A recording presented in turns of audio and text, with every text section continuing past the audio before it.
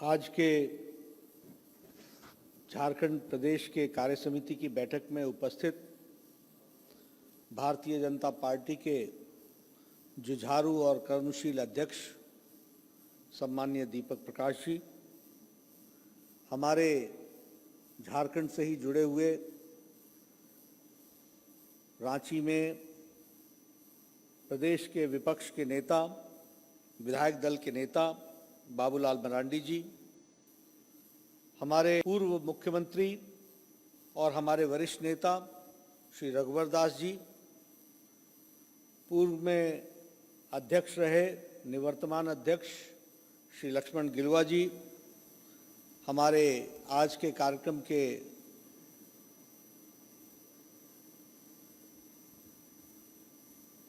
में जो सहयोगी के रूप में काम कर रहे हैं हमारे सांसद समीर उरांव जी, यहाँ मेरे साथ दिल्ली में जुड़े हुए और मंच पर उपस्थित भारत सरकार में मंत्री श्री अर्जुन मुंडा जी, भारतीय जनता पार्टी के प्रदेश के महामंत्री और हमारे झारखंड प्रदेश के प्रभारी भी श्री अर्जुन सिंह जी, पटना से जुड़े हुए सौदान सिंह जी और महाराष्ट्र से जुड़ी हुई विजय राहटकर जी और सभी भारतीय जनता पार्टी के पदाधिकारी और कार्य समिति के सदस्यगण, ये हमारे लिए बहुत ही सौभाग्य की बात है कि नवनिर्वाचित और नवगठित कार्य समिति की प्रथम बैठक में मुझे भाग लेने का मौका मिल रहा है और आप सब लोगों से जुड़ने का मौका मिल रहा है।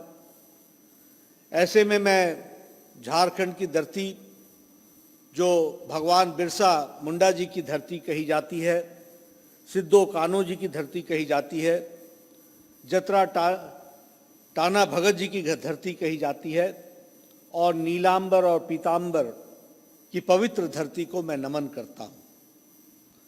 ऐसी धरती जिसने देश और भारतीय संस्कृति में अपना विशेष योगदान किया है, ऐसी पावन धरती को मैं नमन करता हूं। मित्रों, झारखंड का राष्ट्रीय परिवेश में जो योगदान रहा है वो हम कभी भूल नहीं सकते। फिर चाहे वो स्वतंत्रता सेनानी हो, फिर चाहे वो राष्ट्र के लिए अग्रदूत के रूप में काम करने वाले हमारे नेता हों, सभी लोगों ने देश के राजनीतिक परिदृश्य में अपना योगदान किया है और भारतीय जनता पार्टी भी झारखंड प्रदेश में तीव्र गति से बढ़ते हुए राष्ट्रीय विचारधारा को मजबूती प्रदान करने में हम लोगों ने अपना योगदान किया है और झारखंड की धरती ने विशेष करके योगदान किया। मैं जब ये कहता हूं तो मुझे याद आती है कि जब यूनाइटेड बिहार होता था उस समय भी जनसंघ के सबसे ज्यादा योगदान झारखंड के इलाके से आता था, साउथ बिहार से आता था। इसको हमको समझना चाहिए। हम राष्ट्रीय पार्टी थे, हम प्रदेश में भी हर जगह थे, लेकिन विशेष योगदान दीपक को जलाने का काम और दीपक जलते जलते दिशा और दृष्टि देने का काम अगर किया था तो उस समय झारखंड के इलाके ने, साउथ बिहार जिसको कहते हैं, वो इसने किया। और आज भी मुझे ये खुशी है कहते हुए कि झारखंड प्रदेश का उत्थान और झारखंड प्रदेश को प्रदेश के रूप में स्थापित करने का काम किसी और ने नहीं किया, भारत रत्न श्री अटल बिहारी वाजपेयी जी ने किया। इसको भी हमको ध्यान में रखना चाहिए।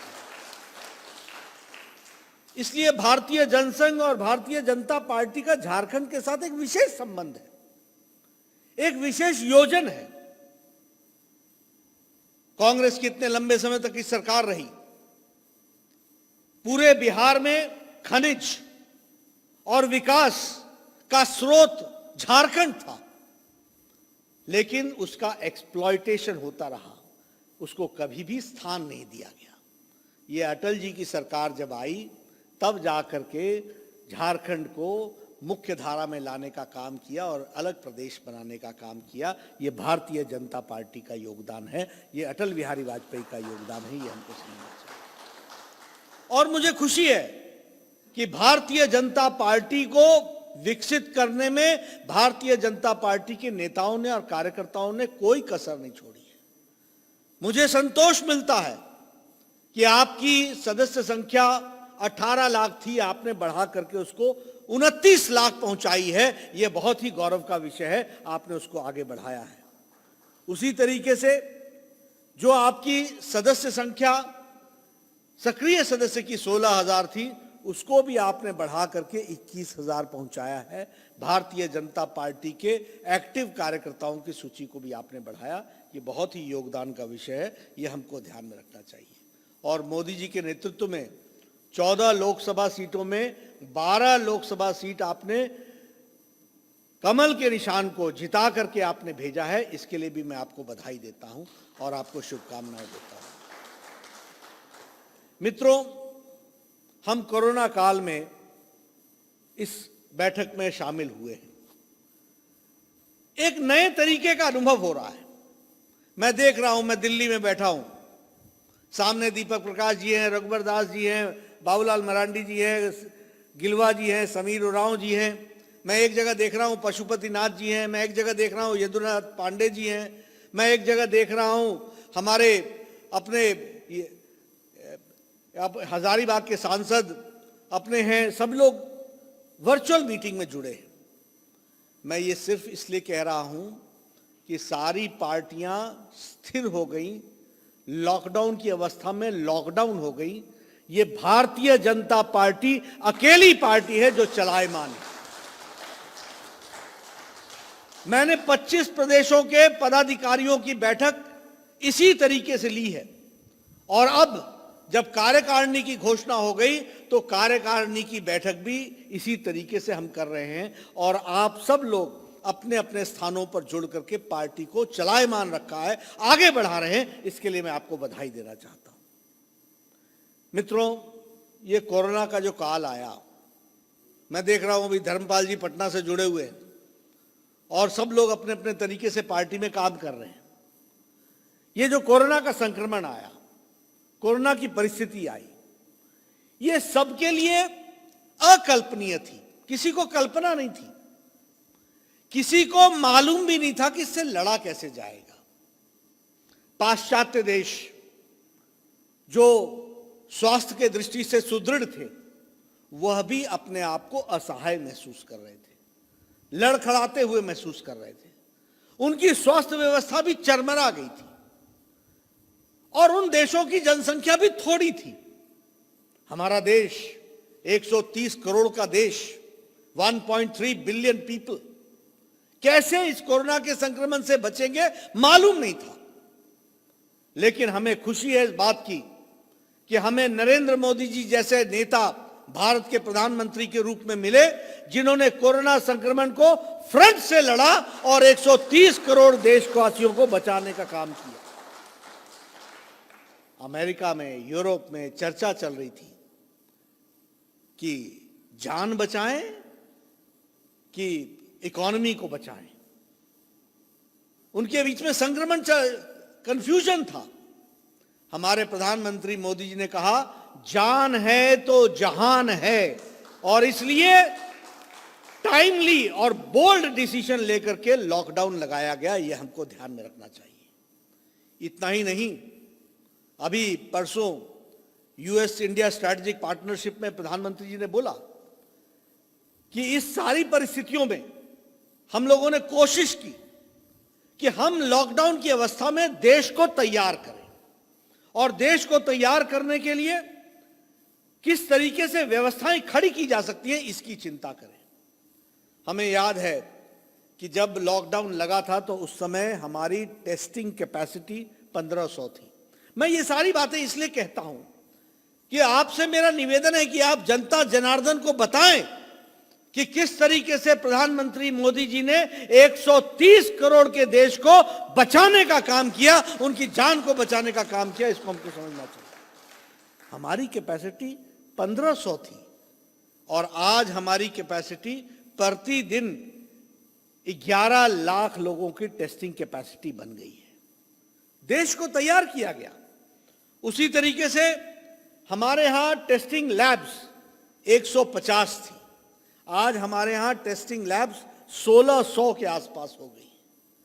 उसी तरीके से हमारे यहां एक भी वेंटिलेटर नहीं बनता था और वेंटिलेटर की हमारे पास कैपेसिटी नहीं थी। आज हमारे पास 3 लाख वेंटिलेटर्स भारत में मैन्युफैक्चर हुए हैं। इसको हमको समझना चाहिए। हमारे यहां पर्सनल प्रोटेक्शन इक्विपमेंट नहीं था, पीपीई किट नहीं था। प्रधानमंत्री मोदी जी ने देश के उद्यमियों को प्रेरित किया और आज 4.5 लाख पर्सनल प्रोटेक्शन इक्विपमेंट प्रतिदिन बन रहे हैं। इसको हमको समझना चाहिए और हम बाहर के देशों को भी दे रहे हैं। क्लोरोक्विनीन की दवा दुनिया के देशों को दी गई, लगभग 30 देशों को यह दवाई दी गई। यह भारत की ताकत बनी। इसको हमको समझना चाहिए। इसलिए मित्रों, यह लॉकडाउन और लॉकडाउन का फैसला जो टाइमली और बोल्ड डिसीजन लिया गया, उसका लाभ कितना मिला है, इसको हमको समझना चाहिए। लेकिन प्रधानमंत्री मोदी जी के नेतृत्व में देश यहीं नहीं रुका। गरीब कल्याण पैकेज ये छोटी घटना नहीं है मित्रों, कहना आसान है। 80 करोड़ की जनता को मार्च महीने से लेकर के नवंबर महीने तक 5 किलो चावल या 5 किलो गेहूं, 1 किलो दाल, इसकी व्यवस्था करने के साथ साथ नमक, तेल, पानी, सबकी व्यवस्था करने का काम नरेंद्र मोदी जी ने किया है। और गरीब के 2 वक्त की रोटी मुयस्सर हो, इसका काम नरेंद्र मोदी जी की सरकार ने किया है। हमारे यहां गैस का चूल्हा और गैस के उज्ज्वला योजना के तहत 8 करोड़ की जनता को 3 महीने के लिए फ्री गैस का सिलेंडर देना, इस काम को भी मोदी जी की सरकार ने किया है। 8 करोड़ 54 लाख किसानों के खाते में 2000 रुपए प्रति अप्रैल महीने के महीने में और उसके बाद जून महीने में फिर से 2000 रुपए देने का काम, 17,000 करोड़ रुपए दोबारा देने का काम नरेंद्र मोदी जी की सरकार ने किसान के सम्मान के लिए किया है। इसको हमको ध्यान में रखना चाहिए। यही नहीं, हमारी बहनें, आपको याद होगा जनधन खाता को लोग मजाक कहते थे और यही लॉकडाउन में जनधन खाता बना, जिसने 20 करोड़ बहनों के खाते में 500 रुपए के हिसाब से 1500 रुपए उनके खाते में डाला ताकि उनका चूल्हा जल सके, उसकी व्यवस्था हो सके। इस बात की काम किया। ये सारी चीजें ऐसे की गई। और क्या दुनिया ने क्या कहा? Doctor Tedros World Health Organization के डायरेक्टर जनरल ने क्या कहा? Under prime minister Modi's leadership, India has taken care not only of health sector but also of the economic side. Economy की भी चिंता की गई है।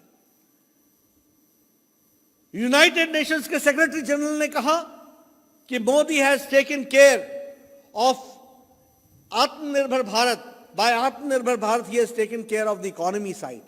इकोनॉमी की, आर्थिक नीति की भी चिंता की गई है। यह बात कही गई है। मित्रों, जब मैं आत्मनिर्भर भारत की बात करता हूं तो आपसे मैं निवेदन करना चाहूंगा और आपको मैं कहना चाहूंगा कि आप लोग आत्मनिर्भर भारत की गहराइयों को समझ करके जनता के बीच में ले जाएं। 20 लाख करोड़ रुपए का पैकेज, 3 लाख करोड़ रुपए एमएसएमई सेक्टर में देना, 1.25 लाख करोड़ रुपए डिसबर्स हो जाना और छोटे उद्यमियों और मध्यम उद्यमियों को फिर से जीवन में अपने आप को खड़ा करने का मौका मिलना, यह बहुत बड़ी बात है। मैं निवेदन करूंगा कि झारखंड में जितने भी छोटे और मध्यमी उद्योग वाले हैं, उनको प्रेरित करके इसका लाभ उठाने के लिए हम सब लोग आगे बढ़ें। इसकी हमको चिंता करनी चाहिए। उसी तरीके से एग्रीकल्चर सेक्टर में 1 लाख करोड़ रुपए का खर्च होना, यह प्रधानमंत्री मोदी जी ने आपदा को अवसर में बदलने का तरीका रखा है। एग्रीकल्चर सेक्टर में रिफॉर्म्स ला करके, मंडियों से निकाल करके किसान को सीधे अपने चीजों को बेचने का अधिकार देते हुए आगे बढ़ाने का काम मोदी जी की सरकार ने किया है। फार्म गेट के माध्यम से 1 लाख करोड़ रुपए इंफ्रास्ट्रक्चर में खर्च होगा। मैं निवेदन करूंगा दीपक प्रकाश जी से कि आपके नेतृत्व में रांची में और झारखंड में फार्मर्स प्रोड्यूसर्स ऑर्गेनाइजेशन अपने तरीके से बनाया जाए। मैं सांसदों से निवेदन करूंगा, मैं विधायकों से निवेदन करूंगा कि अपने अपने इलाके में फार्मर्स प्रोड्यूसर्स ऑर्गेनाइजेशन बनाइए और 1 लाख करोड़ रुपए का लाभ उठा करके अपने इलाके में किसान को वैल्यू एडिशन से लेकर के अपने प्रोड्यूस को बेचने के लिए जो सुविधा प्रदान करनी है उसमें अपना योगदान कीजिए। यह मैं आपसे निवेदन करना चाहता हूं। इसमें कोल्ड स्टोरेज बनेगा, इसमें अनाज के स्टोरेज की व्यवस्था होगी, इसमें अनाज मंडी तक अनाज को पहुंचाने के लिए सड़कों की व्यवस्था होगी, आपके यहां पैदा होने वाला अनाज उसका वैल्यू एडिशन कैसे किया जा सकता है उसकी व्यवस्था होगी। और यह व्यवस्था मोदी जी आपको आर्थिक तरीके से मदद करके देंगे, लेकिन व्यवस्था के लिए योजना बनाने का काम आपका और फार्मर्स प्रोड्यूसर्स ऑर्गेनाइजेशन का होगा। यह छूट आपको मिल रही है, इसका आपको सदुपयोग उठाना चाहिए, इसका आपको उपयोग करना चाहिए। यह मैं आपसे निवेदन करना चाहता हूं। उसी तरीके से 5,000 करोड़ रुपए, 50 लाख रेडी वाला, फेड़ी वाला, ठेले वाला, इसकी जीवन लीला को बदलने के लिए 10-10 हजार रुपए की व्यवस्था की गई है। मैं निवेदन करूंगा हमारे पार्टी के कार्यकर्ता, कोई रेडी वाला, कोई फेड़ी वाला, कोई ठेले वाला, गरीब व्यक्ति उसको इस व्यवस्था से वंचित ना हो। बैंकों के साथ उसका मिलान करके उसको ये आर्थिक मदद मिले, इसकी हमको चिंता करनी पड़ेगी ताकि आर्थिक जगत से गरीब व्यक्ति को हम मुख्य धारा में ला सकें, इसकी हमको चिंता करनी पड़ेगी। उसी तरीके से वोकल फॉर लोकल, हमको वोकल बनना पड़ेगा और लोकल के लिए लड़ाई लड़नी पड़ेगी। और जब हम वोकल की बात करते हैं तो हमको ये चिंता करनी पड़ेगी कि हमारी व्यवस्थाओं में जिस तरीके से चीज़ों को जोड़ा गया है उसमें हम लोकल चीज़ों को आगे बढ़ाने का काम करें। फिर चाहे वो हमारी कलाकारी हो, फिर चाहे वो हमारे सांस्कृतिक विरासत से मिली हुई हमको नई कला का विषय हो, ये सारे विषयों को हमको ऐसे बढ़ा सकते हैं, उसको वर्ल्ड ब्रांडिंग कैसे कर सकते हैं, इसकी हमको चिंता करनी पड़ेगी। इसके लिए हमको काम करना पड़ेगा और इसके लिए हमको आगे लगना पड़ेगा। ये मेरा आपसे निवेदन है। उसी तरीके से प्रधानमंत्री गरीब रोजगार योजना का व्यवस्था, अभी दीपक प्रकाश जी कह रहे थे कि हम लोगों ने माइग्रेंट लेबरर्स के लिए बहुत काम किया है, अच्छी बात है, लेकिन अब उनको रोजगार वहां मिल सके इसकी भी हमको व्यवस्था करनी है। और इसके लिए गरीब कल्याण रोजगार योजना के तहत फिर चाहे गिरिडीह हो, फिर चाहे वो हजारीबाग हो, फिर चाहे वो गोड्डा हो, इन 3 जिलों को प्रधानमंत्री जी ने जोड़ा है। यहाँ पर आए हुए प्रवासी मजदूरों को भी मुख्य धारा में शामिल करने के लिए हमको काम करना पड़ेगा। इसके लिए हमको आगे बढ़ना है। मित्रों, भारत सरकार ने झारखंड को मुख्य धारा में लाने के लिए कोई कसर नहीं छोड़ी है। जितनी भी स्कीम्स थी सारी की सारी स्कीम्स लगाई गई है। इसके साथ साथ all India institute of medical sciences भी आपको दुमका में देने का काम किया है, अपने देवघर में देने का काम किया है। यह हम आपके साथ शेयर करना चाहते हैं। एक बहुत बड़ा इंस्टीट्यूट बन रहा है, मैंने उसकी खुद मॉनिटरिंग की है। वो जब इंस्टीट्यूट बन जाएगा तो आप लोग किसी को भी Delhi all India institute of medical sciences में नहीं आना पड़ेगा, आपकी स्वास्थ्य की व्यवस्था वही कर दी जाएगी। इस बात की चिंता की है नरेंद्र मोदी जी ने, इसको हमको समझना चाहिए और जनता को बताना चाहिए कि इसका अंतर क्या पड़ता है, इससे परिवर्तन क्या आता है, इस परिवर्तन में हम कैसे अपने आप को शामिल करते हैं, यह हमको समझना चाहिए। आज जो national health digital health mission का काम प्रधानमंत्री जी ने 15 अगस्त को लाल किले के प्राचीर से कहा है, ये बहुत बड़ा स्वास्थ्य में परिवर्तन लाने वाला है। मैं चाहूंगा कि आप भी नेशनल डिजिटल हेल्थ मिशन के बारीकियों को समझें, जानें और उन बारीकियों को समझ करके उस कार्य को आगे करने का, उसको कैसे हम आगे बढ़ा सकते हैं। अभी यूनियन टेरिटरीज में शुरू हुआ है, बाद में वो प्रदेशों में आएगा। एक स्वास्थ्य जगत में हर व्यक्ति का, 130 करोड़ की जनता का स्वास्थ्य का, हेल्थ का इम्पैक्ट क्या है और हेल्थ में उसका हिस्ट्री क्या है, ये सारी जानकारियां उस व्यक्ति को मिल सकेंगी और वो अपने स्वास्थ्य की अच्छी चिंता कर सकेगा। ये व्यवस्था की गई है। एक बदलता देश है मोदी जी के नेतृत्व में। हमें इस कल्पना को नीचे तक पहुंचाने की आवश्यकता है। आत्मनिर्भर पैकेज के बारीकियों को पहुंचाने की आवश्यकता है। इन सारी चीजों का हमको उपयोग करना चाहिए और इसके लिए हम सब लोग जिस तरीके से भी अपने आप को जोड़ सकते हो, हमको जोड़ने की आवश्यकता है। मित्रों, हम सिर्फ राजनीति में कोई सत्ता हासिल करने के लिए नहीं आए हैं। हम राजनीति में कोई कुर्सी को पर बैठने के लिए नहीं आए हैं। हम भारत की तस्वीर और तकदीर बदलने के लिए आए हैं। इस बात को हमको समझना चाहिए। और जब मैं ये बात कहता हूं तो मैं आपसे चर्चा करूंगा नेशनल एजुकेशन पॉलिसी के बारे में। मैं देख रहा हूं हमारे सामने स्क्रीन पर मुझे निशिकांत दुबे दिख रहे हैं। हम लोगों ने युवा काल में, अरुण सिंह जी, अर्जुन जी, आपको याद होगा, हम शिक्षा नीति के लिए लड़ते थे। हम कहते थे कि एजुकेशन पॉलिसी बदलनी चाहिए। हमें याद है कि हम अपने युवा काल में राजीव गांधी उस समय प्रधानमंत्री होते थे, उनसे लड़ा करते थे। We want a new education policy, a national education policy. पहली बार शिक्षा नीति में परिवर्तन 1968 में आया, उसके बाद दूसरी बार 1986 में आया। हम लोगों ने कहा कि 6 से 8 और 8 से 6 बन गया, लेकिन शिक्षा नीति में कोई परिवर्तन नहीं हुआ। ये मोदी जी की सरकार है जिसने नेशनल एजुकेशन पॉलिसी में मूल परिवर्तन किया है। मूल परिवर्तन को हमको समझना चाहिए। आज शिक्षा नीति ऐसी बन गई है जो अफोर्डेबिलिटी रखती है। एक गरीब आदमी भी शिक्षा ले सकता है। एक्सेसिबिलिटी बन गई है, वह भी अपनी शिक्षा का ग्रहण कर सकता है और वह इक्वालिटी के साथ, एक्सेसिबिलिटी के साथ इक्वल अपॉर्चुनिटी मिलने का मौका मिलेगा इस शिक्षा नीति में। यह हमको समझना चाहिए।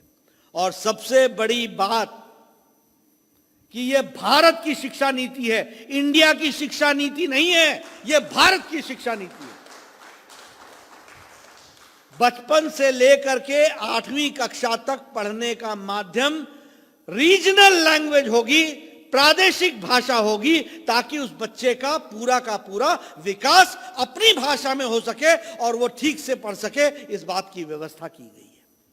इसके साथ साथ एग्जामिनेशन में हमको याद है, हम लोग रट्टाफिकेशन करते थे, रटते थे और जाके एग्जामिनेशन में उगल डालते थे और हो गया काम। कोई पढ़ाई का उससे संबंध नहीं था। आज का एग्जामिनेशन सिस्टम जो राष्ट्रीय शिक्षा नीति में है, वह कॉन्सेप्ट का एग्जामिनेशन होगा कि बच्चे का कॉन्सेप्चुअलाइजेशन कैसा हुआ है, उसके दिमाग में कॉन्सेप्ट क्लियर हुआ है कि नहीं हुआ है, इसकी चिंता की जाएगी। और परीक्षा में उसका माइंड एनालिटिकल है कि नहीं है, इसकी चिंता की जाएगी। मित्रों, ये नई शिक्षा नीति को भी मैं निवेदन करूंगा कि आप वर्कशॉप लगाएं। आप हमारे अपने सभी सांसदों को इसमें जोड़ें। वो हमारे सांसद जो शिक्षा नीति को जानते हैं, वो जानकार लोगों को बताएं, अपने कार्यकर्ताओं को बताएं। मैं चाहूंगा कि शिक्षा नीति पर भी एक वर्कशॉप प्रदेश के कार्यकारिणी समितियों का होना चाहिए और प्रदेश के कार्य समिति के लोगों को शिक्षा नीति समझनी चाहिए और कम से कम 10 मिनट 20 मिनट शिक्षा नीति पर हम बोल सकें और हम देश को और दृष्टि दे सकें, प्रदेश को दृष्टि दे सकें। इसकी हमको चिंता करनी चाहिए। और इसलिए इसमें हमने नेशनल सिटीजन नहीं बनाना है, हमने ग्लोबल सिटीजन भी बनाना है और यह शिक्षा नीति में इसका कॉन्सेप्ट रखा गया है। इसको हमको समझना चाहिए। मित्रों, मुझे खुशी है कि भारतीय जनता पार्टी के झारखंड प्रदेश ने फीड द नीडी प्रोग्राम में, सेवा ही संगठन है, इसमें बहुत अच्छा काम किया है। 12,74,000 फूड पैकेट्स आपने बांटे, लगभग 27 लाख आपने मोदी किट बांटा है। उसी तरीके से आपने 42,000 के आसपास कार्यकर्ताओं ने मिलकर के 5 करोड़ पीएम केयर फंड में आपने अपना योगदान किया है। 21 लाख के आसपास आपने फेस कवर बांटे हैं और इसी तरीके से लगभग 9 लाख सैनिटाइजर्स बांटे हैं। बहुत अच्छा काम किया है। मैं झारखंड की यूनिट को साधुवाद देता हूं। जब सारी पार्टियां लॉकडाउन हो गई, आपने घरों से निकल करके लोगों की चिंता की है, इसके लिए मैं बधाई देता हूं। और विशेष करके प्रवासी मजदूरों की चिंता आपने की, इसके लिए आपको मैं विशेष बधाई देना चाहता हूं। एक आपने परिवर्तन ला करके खड़ा किया है और इस परिवर्तन के लिए आपको मैं साधुवाद भी देता हूं, और आपने जिस तरीके से पार्टी को चलायमान रखा है इसके लिए आपको बधाई देना चाहता हूं। मित्रों, हमारी झारखंड में अभी सरकार नहीं है, लेकिन हम ये कह सकते हैं कि रघुवर दास जी के नेतृत्व में चलने वाली सरकार ने जनता की बहुत सेवा की थी और बहुत अच्छे काम किए थे। अगर प्रधानमंत्री जी ने प्रधानमंत्री किसान सम्मान योजना चलाई थी तो रघुवर दास जी की सरकार ने मुख्यमंत्री कृषि आशीर्वाद योजना के तहत 5 एकड़ तक की भूमि के लिए 31,000 रुपए की व्यवस्था उनको देने का किया था। इस बात के लिए मैं आपको बधाई देना चाहता हूं। अगर प्रधानमंत्री ने उज्ज्वला योजना में गैस का सिलेंडर पहुंचाने का काम किया तो इकलौता झारखंड प्रदेश था जिसने दूसरे सिलेंडर की भी रिफिल की मुफ्त व्यवस्था की गई। इसके लिए भी मैं आपको बधाई देता हूं, साधुवाद देता हूं। और सुकन्या योजना, बाकी योजनाओं को आप लोगों ने आगे बढ़ाया। बहुत आज मैं महसूस करता हूं कि झारखंड की जनता महसूस करती होगी कि रघुवर दास जी की सरकार न रहने के कारण जन कल्याण नीतियों में इजाफा हुआ था, वो कितना उसका नुकसान हुआ है ये समझ में आया होगा। मित्रों, हम जनता के दिलों से नहीं उतरे हैं, जनता में हमारा स्थान है और सबसे ज्यादा पार्टी का वोट लेने वाली पार्टी अकेली इकलौती भारतीय जनता पार्टी रही है। ये बात हमको समझना चाहिए। अब गोलबंदी करके अगर लोग आपस में मिल करके हमारे सरकार को हराने का प्रयास करें तो ये मैथमेटिक्स का नंबर है, लेकिन दिलों में, हमारे दिलों में भारतीय जनता पार्टी बसी है। इस बात को हमको समझना चाहिए और इसको हमको आगे बढ़ाना चाहिए। आज मुझे दुख के साथ कहना पड़ता है, मैंने पदाधिकारी बैठक में ये कहा था, मित्रों, मैं लंबे समय तक प्रदेशों के विकास को देखने वाला व्यक्ति रहा हूं। विकास तब रुक जाता है जब लॉ एंड ऑर्डर चरमरा जाता है, और आज ये सुरेंद्र सरकार में मैं ये कह सकता हूं कि लॉ एंड ऑर्डर चरमरा गया है।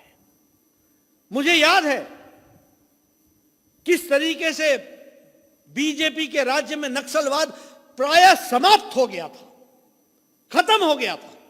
आज नक्सलवाद फिर से दंदना रहा है, उग्रवाद दंदना रहा है, दिन दहाड़े हत्याएं हो रही हैं, और ये कमजोर सरकार की निशानी है, ये तुष्टीकरण की निशानी है।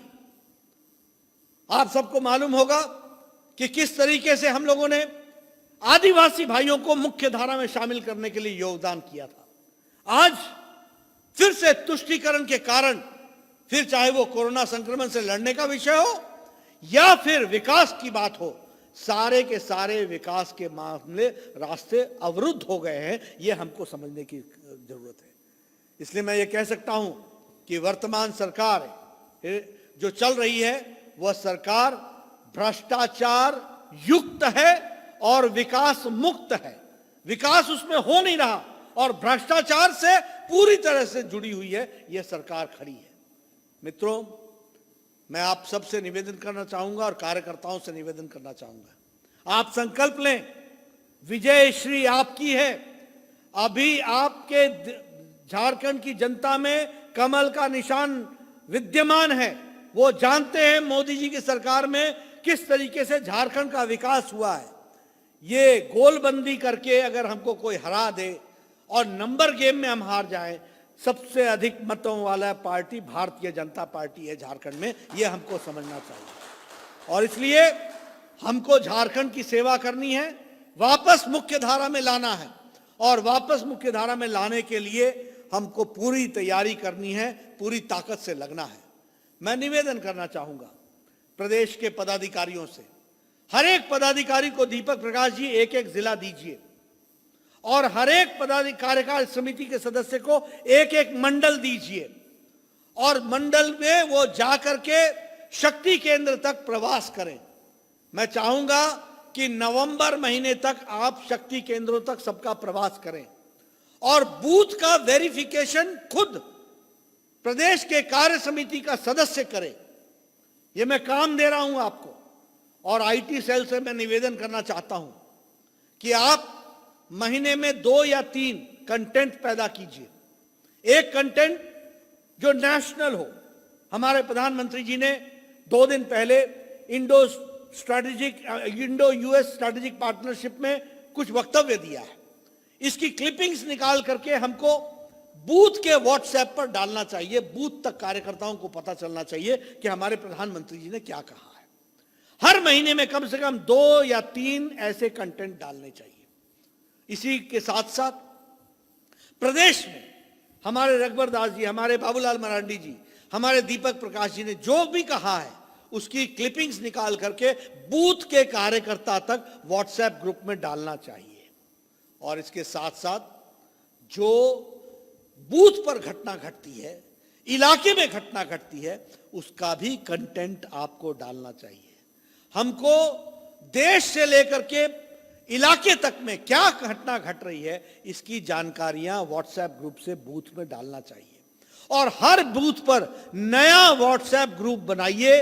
कम से कम 50, 100, 150, 200 लोगों को व्हाट्सएप ग्रुप पर बूथ पर जोड़िए, ताकि हम डिजिटल इंडिया का, मोदी जी का इस प्रयास का लाभ उठा करके भारतीय जनता पार्टी के कार्यकर्ताओं का अपना कंटेंट बढ़ाएं, अपना उनका राजनीतिक शक्ति बढ़ाएं, राजनीतिक दृष्टि से वो परिवर्तन के लिए कार्य कर रहे हैं, इसकी क्षमता बढ़ाएं। इसकी हमको आवश्यकता होगी। इसलिए मैं निवेदन करना चाहूंगा, मैंने पहले भी कहा कि हम कार्यकर्ता कुर्सी पर बैठने के लिए नहीं हैं। हम कार्यकर्ता बदलाव के उद्योतक हैं, बदलाव के हम दूत हैं, बदलाव के हम काम करने वाले कार्यकर्ता हैं। और ये तभी होगा जब मानसिक रूप से हमारे को ज्ञान होगा कि बदलाव किस ओर करना है, कैसे करना है, किधर बढ़ना है, कितना बढ़ना है, ये सारी जानकारियां हमको हासिल होंगी। इसलिए मैं हमेशा कहता हूं, a political worker does not work in vacuum. A political worker, राजनीतिक कार्यकर्ता वैक्यूम में काम नहीं करता है। राजनीतिक कार्यकर्ता दिशा और दृष्टि लेकर के काम करता है, और वो दिशा क्या हो, दृष्टि क्या हो, यह हमको जानकारी होना चाहिए। इसलिए मैं कार्यकर्ताओं से निवेदन करूंगा, कोई आपसे पूछे गरीब कल्याण पैकेज क्या है, आपको बताना चाहिए। कोई आपसे पूछे आत्मनिर्भर भारत क्या है, आपको बताना चाहिए। कोई आपसे पूछे कि मोदी जी के आत्मनिर्भर भारत के कारण 2 साल बाद तस्वीर कैसे बदलेगी, आपको बताना चाहिए। कोई आपसे पूछे नेशनल डिजिटल हेल्थ मिशन क्या है, आपको बताना चाहिए। कोई आपसे पूछे आयुष्मान भारत क्या है, आपको बताना चाहिए। कोई आपसे पूछे उज्ज्वला योजना क्या है, आपको बताना चाहिए। कोई पूछे आपसे सौभाग्य योजना क्या है, आपको बताना चाहिए। ये देश में परिवर्तन लाने वाली चीज। कोई आपसे पूछे स्वच्छता अभियान क्या है, आपको बताना चाहिए। और कोई आपसे पूछे राष्ट्रीय शिक्षा नीति क्या है, आपको बताना चाहिए। ये ताकत आप में पैदा होनी चाहिए। इसलिए मैं कार्यकर्ताओं से निवेदन करूंगा, मैं झारखंड के बदलाव के दूतों के साथ बातचीत कर रहा हूं, जो बदलाव के दूत बनेंगे। इसलिए प्रदेश कार्य समिति के एक एक सदस्य, सांसद, विधायक की यह जिम्मेवारी बनती है कि हम इन सारी चीजों के बारे में कंठस्थ हों, दिमाग से, बुद्धि से जानकार हों, और उस जानकार के माध्यम से समाज को दृष्टि देने के लिए हम सक्षम हो, यह हमको प्रयास करना पड़ेगा।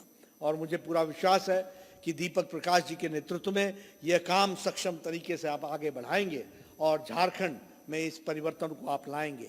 आज कोरोना के कारण मैं आपसे यहाँ से बातचीत कर रहा हूँ।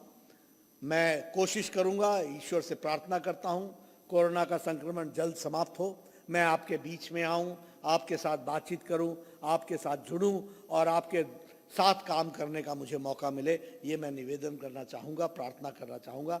आप सब लोगों ने मेरी बात सुनी है, आपका बहुत बहुत धन्यवाद। जय भारत, जय झारखंड।